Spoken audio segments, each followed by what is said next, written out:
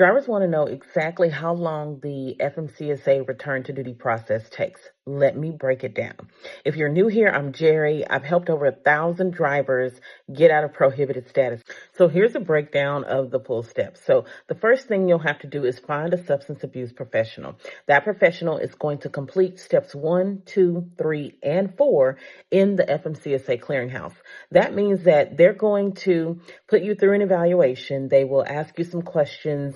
Based on the questions that they ask and your answers, they're going to establish treatment. So what that means is they can either send you to counseling, they can either send you for online training, whatever it is, they decide that's how they're going to determine what you need to do.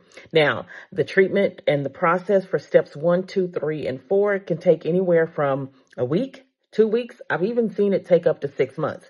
Depends on your situation, depends on how you answer the questions, and it depends on your substance abuse professional and their requirements. Now, after you complete steps 1, 2, 3, and 4 with your SAP counselor, they're going to determine you eligible for duty. That means that you can go back to work. Either you can find a trucking company to go work for. They send you to take the return to duty drug test. When the results come back negative, bam, you're able to get back into the truck. If you don't have a trucking company to go work for, you can use what they call a third party. The third party is going to do the same thing that a trucking company would do.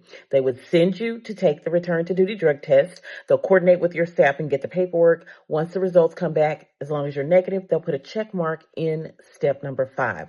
That means that you can get your license back if it's been downgraded by the DMV. You will get a notification from the clearinghouse and you can go back to work. They'll upgrade your license. Now, there is a cost when you use a third party. It's not free like going to work for a trucking company.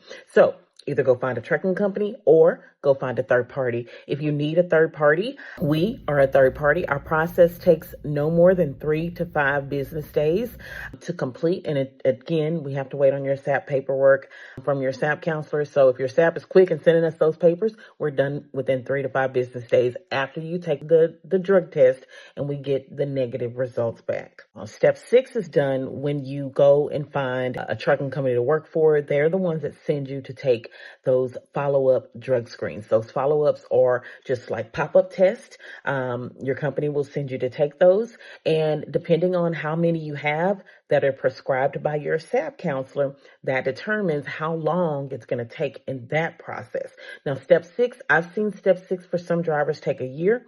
I've seen it take 6 months. I've seen it take 5 years. If you're a driver that's needing help with this process, need to understand the process, need to get through step 5, our team can help you with step 5 and complete your return to duty so that you get the check mark so that you can go back to work. The sooner you go back to work, the sooner you get back to driving and getting those follow-up tests done, the sooner that you get out of this process. Visit our website, www.getoutofprohibited.com, or call me at the number above in my bio, 832-384-5689.